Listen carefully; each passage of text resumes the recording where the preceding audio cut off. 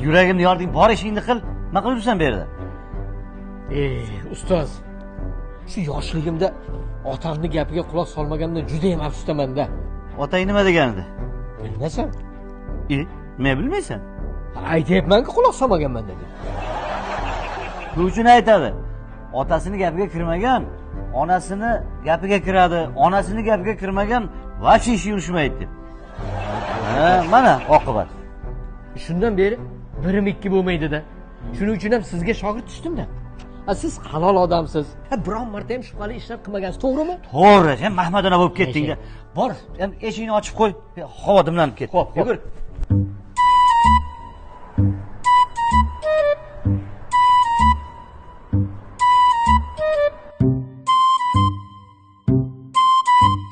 Ustoz, Ha, do'konni yopmasak bo'lmaydi.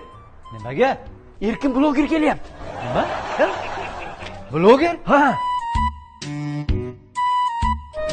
Erkin bloger. Qanaqa? Qanaqa bloger? Erkin bloger. Nega qara? Bloger bo'lsa nima qilibdi? Biz nimaga qo'rqishimiz kerak bundan? Yo'q, hamma do'konga kirib muddati o'tgan narsalarni izlab topib, muammo ko'tarib yuradi-ku. Yopaylik tez-tez. Allavaram. Bizdagi mebel do'koni bo'lsa, ustiga yotmaguningcha muddati o'tmasa, nimaga qo'rqishimiz kerak? Ha? Nega qara? Bu Erkin bloger emas, Murod mayiz purushku. Hozir mayiz purish emas. Mayizchilikni tashlab, Erkin bloger degan tashkilotga ishga kirgan. Hozir katta odam bo'lib ketgan. Menga nima? Sen bola bir kun emas, bir kun meni yuragimni yorib ado qilasan. Sen o'zi otasini gapiga kirmagan bola, meni gapimga kirarmading. Yo'lingni qo'y. Jo'ra. Qaytib qadamingni qo'yma, bo'shsan. Yo'qol.